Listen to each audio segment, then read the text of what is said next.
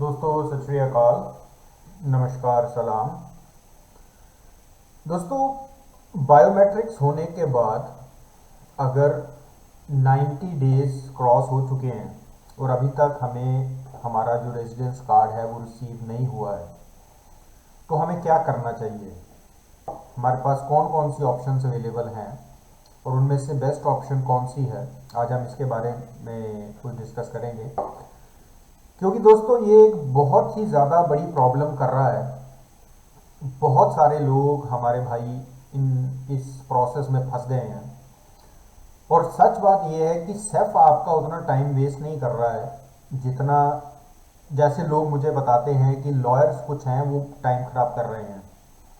Time भी कैसे खराब कर रहे हैं कि वो लोग रिस्पॉन्स टाइम पर नहीं दे रहे हैं। मतलब जो एक्शन हमें सबसे पहले करना चाहिए था वो हम सबसे बाद में कर रहे हैं, या जब सब कुछ हमारे हाथ से निकल गया है फिर हम वो हमें सजेस्ट करते हैं कि आप ऐसा नहीं ऐसा करें। तो वो बेसिकली क्या प्रोसेस है, कैसे हमने इन चीज़ों से बचना है, तो आज हम इसके बारे में डिटेल में जानेंगे। तो दोस्तों, इससे पहले कि मैं आज की वीडियो स्टार्ट करूं, मैं आप सब लोगों से रिक्वेस्ट करूंगा अगर हो सके ज़रूर हमारा जो पुर्तगाल का फेसबुक का ग्रुप है वो ज्वाइन करिए। हाल ही में कल ही में मैंने टिकटॉक के ऊपर भी अपना अकाउंट एक्टिव किया है कंपनी का, जहां पर मैं सिर्फ और सिर्फ जो इमिग्रेशन से रिलेटेड इन्फॉर्मेशन है, पर छोटी इन्फॉर्मेशन होती हैं 20-25-30 सेकंड के अंदर हम कंप्लीट कर सकते हैं, इस तरह की जो छोटी शॉर्ट क्लिप्स है वो मैं उसमें शेयर किया करूँगा, ताकि जल्दी से जल्दी मैं आप तक इन्फॉर्मेशन पहुँचा सकूँ, बजाय इतनी बड़ी वीडियोस बनाने के लिए इन्फॉर्मेशन छोटी है। तो लिंक डिस्क्रिप्शन में अवेलेबल है, और इसके अलावा आपको बारकोड भी शो हो रहा होगा। इंस्टाग्राम का भी मेरा अवेलेबल है और टिकटॉक का भी अवेलेबल है, आप चाहें तो ज्वाइन कर सकते हैं स्कैन करके। इसके अलावा दोस्तों आपको नंबर और ईमेल आईडी भी शो हो रही है, आप चाहे तो उस पर भी मुझे कांटेक्ट कर सकते हैं। अगर आपके कोई सवाल है मुझे पूछ सकते हैं। पर दोस्तों जैसे ही आप मुझे मैसेज करते हैं मेरे रिप्लाई करने का इंतज़ार किया करें, क्योंकि मैं अक्सर देखता हूँ कि लोग मुझे फटाफट से कॉल करना शुरू कर देते हैं और मैं कहीं ना कहीं बिजी होता हूँ, और उसके अंदर मुझे कॉल्स आ रही होती हैं जो मैं नहीं अटेंड कर सकता। तो मैं आप लोगों को रिप्लाई करूँगा जब मैं अवेलेबल हूँ, या मुझे मैसेज करिए कि मैं आपसे कब बात कर सकता हूँ, तो हम एक टाइम फिक्स कर लेंगे, उसमें हम फिर एक दूसरे से बात कर सकते हैं। अगर आपने मिलना भी है तो हम कोई ना कोई अपॉइंटमेंट का टाइम निकाल लेंगे। तो दोस्तों अगर हम फर्स्ट ईमेल की बात करते हैं तो फिर से वही मेरा ख्याल प्रोसेस स्टार्ट हो गया है कि अब हमें पहली ईमेल की इंतज़ार करनी होगी, उसके बाद फिर सिर्फ हमको जो है सेकेंड ईमेल की भेजेगी। क्योंकि हालांकि अंदर जैसे बहुत ज़्यादा शोर इन्होंने मचाया हुआ था कि मेगा ऑपरेशन के दौरान हमने पता नहीं क्या कुछ कर देना है, उस हिसाब से ये लोग फिर से स्लो हो गए हैं। तो जैसा कि दोस्तों अगर आप लोगों को याद होगा कि मैं उस टाइम भी ये बात कह रहा था कि इसकी अभी तक कोई गारंटी नहीं दी गई है सेफ की तरफ से कि वो सब कुछ ही कर देगी। वो लोग कोशिश कर रहे हैं, देखते हैं। 31 मार्च अभी 20 दिन बाकी है 31 मार्च आने में, तो देखते हैं तब तक क्या होता है। पर आप लोग अपनी रात को सोने से पहले ज़रूर अपना सेफ का पोर्टल या ईमेल आईडी चेक किया करें कि अगर हमें सेफ की तरफ से कोई नोटिफिकेशन आई है तो हम लोगों को टाइम पर पता लग सके। तो दोस्तों आज का जो मेन टॉपिक है वो यही है कि कार्ड बायोमेट्रिक्स होने के बाद 90 डेज क्रॉस हो चुके हैं और अभी तक हमें कोई रिस्पॉन्स नहीं आया, तो हम क्या करें। तो दोस्तों सबसे पहले 90 डेज यानी 3 महीने बनते हैं, पर यहाँ पर 90 वर्किंग डेज को काउंट किया जाता है, यानी कि एक हफ्ते के अंदर 7 दिन होते हैं। पर जो सेफ है वो मंडे टू फ्राइडे ही ऑपरेट करती है, ऑपरेशनल होती है। सैटरडे संडे जो है वो वर्क नहीं करती। तो इस हिसाब से एक महीने के अंदर 2 दिन एक हफ्ते में और टोटल 8 दिन जो हैं वो एक महीने में सेफ बंद रहती है। तो 3 इंटू 8 करें तो 24 दिन बनते हैं, यानी कि वही हम अगर 90 में 24 ऐड कर लें तो 114 डेज बनते हैं, जो ऑलमोस्ट ऑलमोस्ट 4 महीने बनते हैं। तो दोस्तों सबसे पहले आपने यही ख्याल रखना है कि 3 नहीं, आपने 4 महीने इंतज़ार करना है फिंगर्स से लेकर के हमें एक्टिव होने के लिए कि अब हम कुछ करें। क्योंकि दोस्तों अगर आप 90 डेज यानी 3 महीने में ही एक्टिव हो जाते हैं, तो अगर हम वहाँ पर जाते भी हैं, आप फर्ज करिए जैसे कि मेरी जो कंपनी का लॉयर है वो हम खुद विजिट करता है। मैं आपसे लगभग आज 3 केसेस के बारे में डिस्कस भी करूंगा जो हाल ही में के 2 अल्बुफेरा के हैं और एक टावीरा का है। तो अगर आप हम या मैं अपनी कंपनी का लॉयर अगर 4 महीने से पहले फिंगर्स होने के बाद अगर मैं आपके साथ भेज देता हूँ तो इसकी पॉसिबिलिटी बहुत ही ज़्यादा है कि सैफ आगे से ये बात कहे कि अभी टाइम ख़त्म नहीं हुआ है, अभी अंडर एनालिसिस है, इन्वेस्टिगेशन चल रही है, तो अभी आप जाइए, अभी हम आपको नहीं बता सकते, अभी टाइम चल रहा है। तो ऐसे में दोस्तों आपका वक्त और टाइम दोनों ज़ाया हो जाएंगे और पैसे भी जो हमें बचाने हैं। क्योंकि मेरे पास कुछ ऐसे क्लाइंट्स भी थे दोस्तों जो 4 महीने होने से पहले ही मेरे पास आए थे, पर वो रेडी भी थे कि भाई आप मेरे साथ चलिए, लॉयर के साथ चलिए, 90 डेज हो चुके हैं, होने वाले हैं, आप करें ये करें। तो मैंने उनको ये सजेस्ट किया था कि आप अभी वेट करें क्योंकि 4 महीने अभी तक हुए नहीं हैं। और दोस्तों उन लोगों के 4 महीने होने से पहले ही कार्ड आ गए, 1 रुपया भी उन लोगों का खर्च नहीं हुआ, ना मैंने उनसे कोई पैसे लिए। और मैंने उन्हें सजेस्ट किया था कि अभी किसी भी वकील के पास जाने का फ़ायदा नहीं है, आप इंतज़ार करें 4 महीने। और दोस्तों बहुत अच्छी बात है कि उन लोगों का 4 महीने पूरे होने से पहले ही कार्ड आ गया, तो उनका 1 भी रुपया जो है वो ज़ाया नहीं हुआ, जबकि वो लोग रेडी थे मुझे पे करने के लिए और हमारी कंपनी की सर्विसेज लेने के लिए। तो दोस्तों मैं इस चीज़ को समझता हूँ कि पुर्तगाल के अंदर इनकम नहीं है उतनी, तो ऐसे सिचुएशन के अंदर हमें बहुत संभल के चलना पड़ता है कि अगले का पैसा ज़ाया नहीं होना चाहिए। तो जब हमें पता है कि अभी अगर हम अपना लॉयर भेजेंगे या कोई भी कार्रवाई करते हैं पर अभी तक 4 महीने की घड़ी चल रही है, तो वो अगले का टाइम और पैसा ज़ाया हो जाएगा।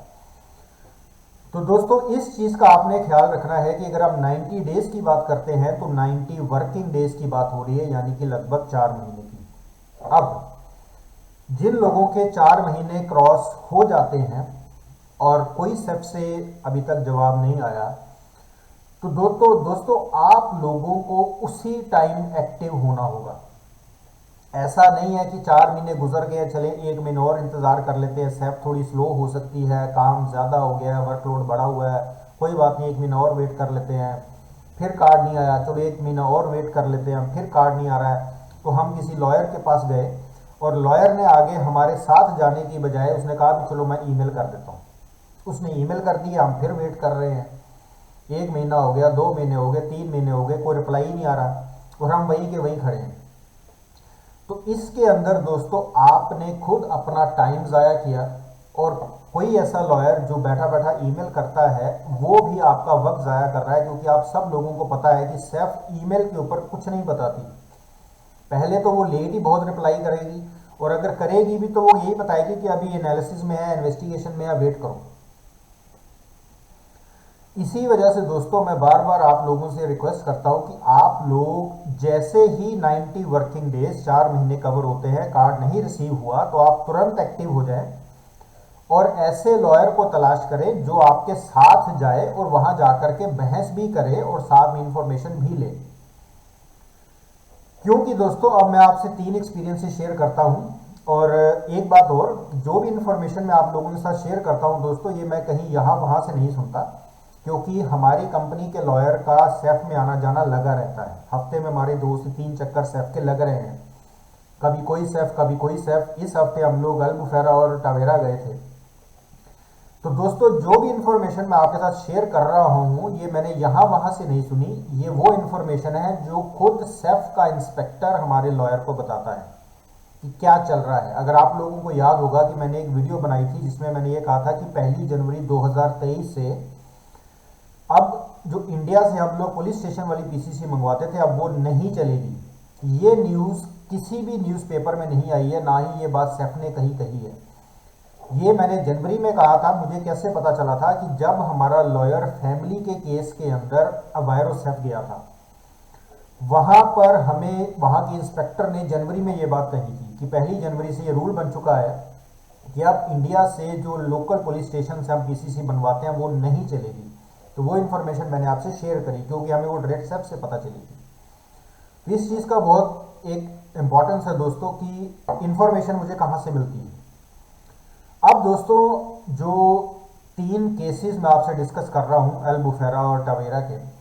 दोस्तों एल्बुफेरा के अंदर हमारे पहले एक भाई जिन्होंने काफ़ी समय जो है वेस्ट किया था, और उनकी जो फाइल है वो सेंताराइया में थी, सेंताराइया ने आगे ट्रांसफ़र कर दी एल्बुफेरा में। वो भी इसी तरह से पहले कभी किसी लॉयर के चक्कर में हमने वक्त ज़ाया किया, तो जब वो हमारे पास पहुंचे थे तो हमने फिर सेंताराइया हमारा लॉयर गया, तब जाकर के हमें इस चीज़ का पता चला था कि उनकी जो फाइल है वो सेंताराइया से एल्बुफेरा शिफ्ट हो चुकी है अगस्त में। उसके पहले वो ईमेल का ही वेट करते रह गए जिस भी किसी लॉयर ने करी थी, तो उन्हें पता ही नहीं चल रहा था कि हो क्या रहा है। तो हमें उस समय सेंताराइया नहीं एल्बुफेरा जाना चाहिए था। और जब एल्बुफेरा पे हम गए हैं, अभी हाल ही में हमारा लॉयर विजिट करके आया था, तो वहां पर एल्बुफेरा सेफ ये कह रही है कि जिस इंस्पेक्टर ने कंट्रोल करना था वो बीमार हो गया है, तो इस वजह से कंट्रोल नहीं हो पा रहा दोस्तों। अब बंदा बीमार हो गया तो ये हमारी प्रॉब्लम तो नहीं है, तो हम उसके अकॉर्डिंग अब एक्शन लेंगे। अब ये हमें पता कैसे चला, जब हमारा लॉयर खुद गया है वहां पर। अगर हम ईमेल करते उन्होंने कोई रिप्लाई नहीं करना था, हम वेट ही करे जा रहे हैं। अब दूसरा केस, सेम एल्बुफेरा के अंदर हमारे भाई ने पूरे 4 महीने कंप्लीट होने के बाद हमें कांटेक्ट किया और कहा भी मेरा कार्ड नहीं आ रहा, और उनके दिमाग में ये बात थी कि शायद मेरा कंट्रोल होगा। मुझे भी ये लग रहा था कि उनका कंट्रोल होना है, पर कंट्रोल किया क्यों नहीं, हम जाकर के पता करें। और जब हमने एल्बुफेरा सेफ के अंदर हमारा लॉयर गया है, तो वहां पर जाकर के हमारे लॉयर को इंस्पेक्टर ने बताया है कि आपका जो क्लाइंट है इसका फेक जूनता का केस चल रहा है और इसकी जो फाइल है वो सस्पेंडेड है। यानी कि वहां पर जाकर के हमें पता चली कि गेम कुछ और ही है, जो टोटली उलट है जो हम सोच रहे थे। अब हमें इसका पता कैसे चला, क्योंकि हमारा लॉयर खुद विजिट करके आया था। अगर यही हम ईमेल करते तो शायद वो रिप्लाई भी ना करते और पता नहीं कब जाकर के रिप्लाई करते। अब हमें पूरे 4 महीने के बाद तुरंत हमें पता लग गया कि भाई ये प्रॉब्लम चल रही है और लिस्बन कोर्ट के अंदर केस चल रहा है। तो अब हम इस चीज़ को कोर्ट से सॉर्ट आउट करवाएंगे पहले, क्योंकि जब तक ये कोर्ट से ख़त्म नहीं होगा तब तक कार्ड वो आगे चलेगा नहीं। तो दोस्तों ये है, तुरंत हमें पता लगा। अब यही चीज़ अगर कोई लॉयर आपको 6 महीने बाद 8 महीने बाद बता रहा है तो वो बहुत लेट हो चुका है, तो आपका टाइम ज़ाया हो चुका है। और अब दोस्तों तीसरा केस टवेरा का। टवेरा के हमारे भाई मेरे पास जनवरी में आए थे, और मैंने आप लोगों से एक वीडियो भी शेयर करी थी, अगर आप लोगों को याद हो, कि 2 फेक कंपनीज की वजह से फाइल सस्पेंड हो रही है। और वो एक कंपनी कैसल एपिसोड करके थी, और वो हमारे भाई की फाइल जनवरी में सस्पेंड हो गई है टवेरा सेफ से। तो भाई हमें अभी मिले ही थे, उसके 3-4 दिन बाद उनको नोटिस आ गया, और जैसे ही उन्होंने मुझे बताया कि ऐसे करके हुआ है, तो मैंने अपने लॉयर को तुरंत बोला कि भाई जल्दी से इनकी अपील करो, बाकी हम बाद में देखते हैं। तो हमारे लॉयर ने अपील कर दी कि भाई आप प्लीज़ डिसीजन को रिकंसिडर करिए कि ये जो फेक है वो कंपनी का दोष है, इसमें हमारे क्लाइंट का कोई दोष नहीं है, ऐसा करके उन्होंने कर दी। तो अब मार्च में उन्होंने फरवरी में नया कॉन्ट्रैक्ट लिया, अब वो नई जगह काम कर रहे हैं और नई वर्क स्लिप पे स्लिप है, डिक्लेरेशन सारा कुछ था। तो अब हमारा जो लॉयर मार्च में पिछले मेरे ख्याल मंडे को हमारा लॉयर गया था टवेरा में, तो उसने उस इंस्पेक्टर से बात डायरेक्ट करी कि भाई ऐसे ऐसे करके बात है कि जो हुआ उसे छोड़िए आप, वो इसमें इसकी कोई गलती नहीं है, अब ये नई जगह काम कर रहा है, ये वर्क कॉन्ट्रैक्ट है, ये इसकी डिक्लेरेशन है, आप प्लीज़ आप इस चीज़ को कंसीडर करिए। तो दोस्तों वहां पर उस इंस्पेक्टर ने ये बात मानी कि हाँ मुझे आपकी ईमेल मिल गई थी, पर मैं रिप्लाई नहीं कर पाई। पर वो रिप्लाई करना नहीं चाहती थी या नहीं कर पाई ये हमें नहीं पता।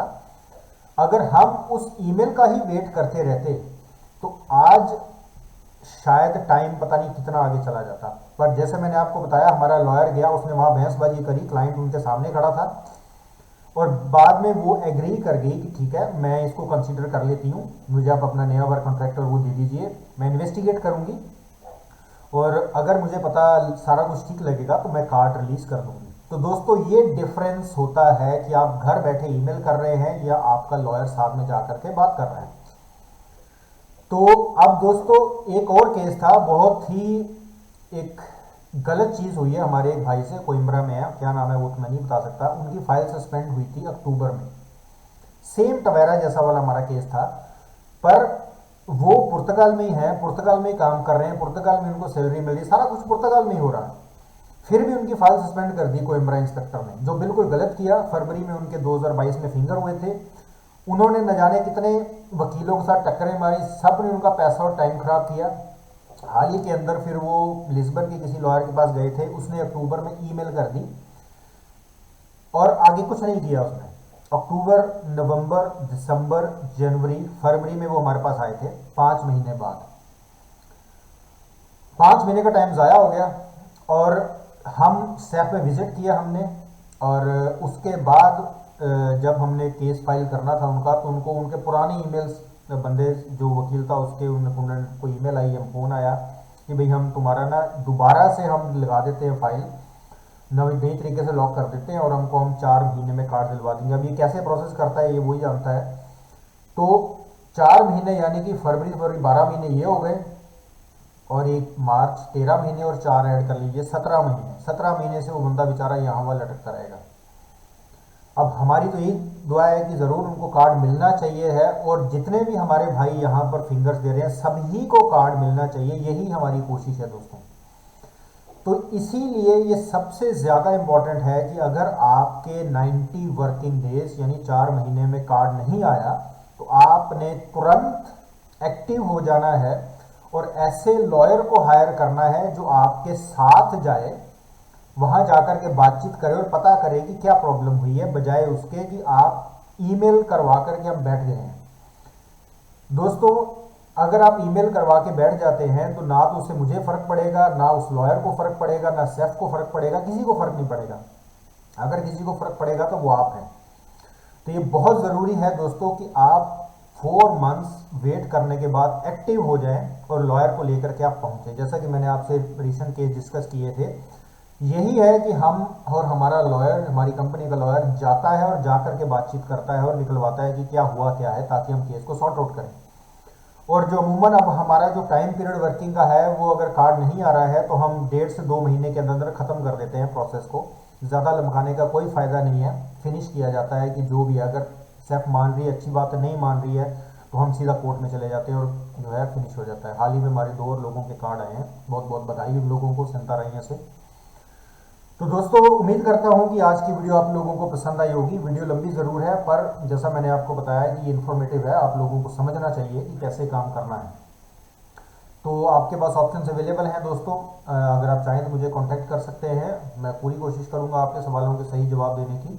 तो इसी तरह से अपना प्यार और आशीर्वाद बना के रखिए दोस्तों। तब तक आप सब लोगों का बार बार हार्दिक तौर पे धन्यवाद।